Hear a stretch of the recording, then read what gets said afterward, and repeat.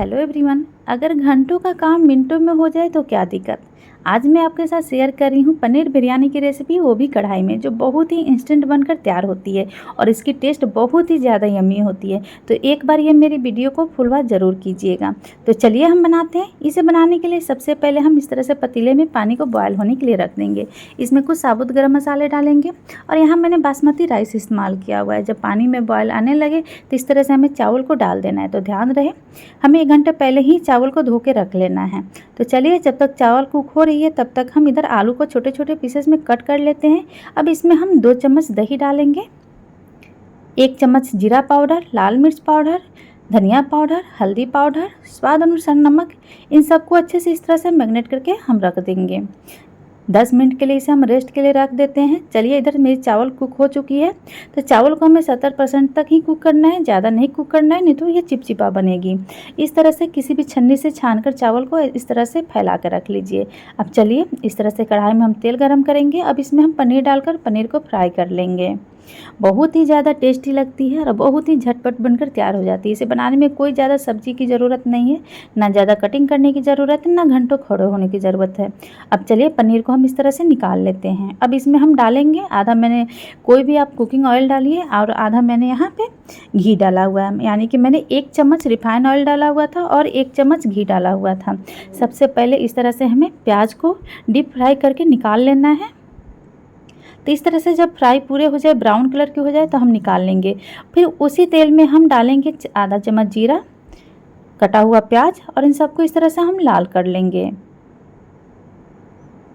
तो ध्यान रहे कि इसे ज़्यादा लाल नहीं करना है। थोड़ा सा जब इसकी कलर पिंक हो जाए तब इसमें 2 चम्मच लहसुन का पेस्ट डालेंगे और इस तरह से मिला लेंगे। अब चलिए, अब इसमें मैरिनेट किया हुआ जो मैंने आलू को रखा हुआ था उसको हम इस तरह से डाल लेंगे। अब अच्छे से मसाले को हम भून लेंगे। तो 4 से 5 मिनट लगती है इस तरह से मसालों को भूनने में। अब इसमें हम 1 चम्मच कश्मीरी लाल मिर्च, 1 चम्मच यहाँ मैंने बिरयानी मसाला डाला हुआ है, जिससे बहुत ही अच्छी टेस्ट आएगी। और फिर इस तरह से मसाले को हमें अच्छे से भून लेना है।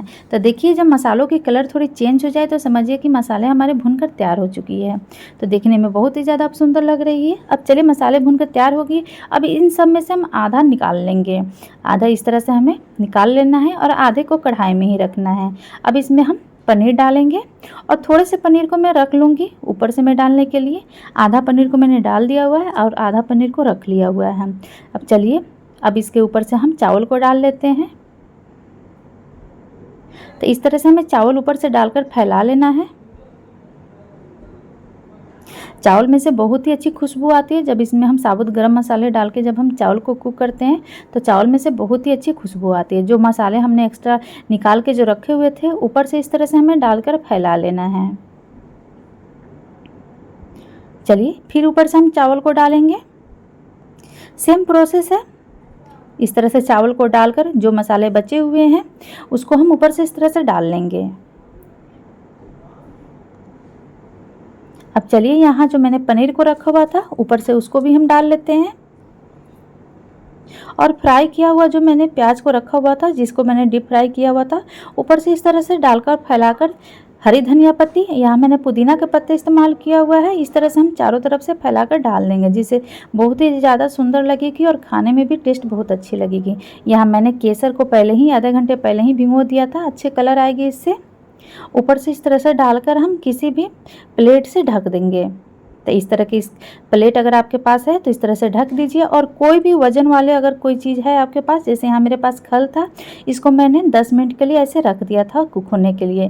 10 मिनट के बाद दोस्तों अगर इस तरह से खोलते हैं तो देखिए हमारी बिरयानी कितनी अच्छी से बनकर तैयार हो गई है। तो देखिए, इसको मैं चलाकर दिखाती हूँ, निकाल कर आपको दिखाती हूँ, जो बहुत ही झटपट बनकर तैयार होती है।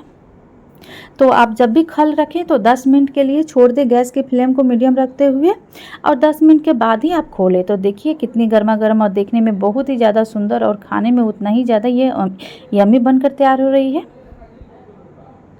तो देखिए दोस्तों, कमेंट करके ज़रूर बताइएगा कि कैसी बनी हुई है इंस्टेंट बनने वाली ये पनीर बिरयानी की रेसिपी। अगर आपको ये मेरी रेसिपी पसंद है तो प्लीज़ लाइक कीजिएगा, कमेंट कीजिएगा, शेयर कीजिएगा। और जो लोग नए हैं मेरे चैनल पे, प्लीज़ मेरे चैनल को सब्सक्राइब कर लीजिएगा और बेल आइकन बटन भी प्रेस कर लीजिएगा, जिसकी नोटिफिकेशन आप तक पहुँच जाएगी। तो बाय बाय दोस्तों, फिर कल मिलते हैं नई रेसिपी के साथ। तब तक के लिए बाय बाय।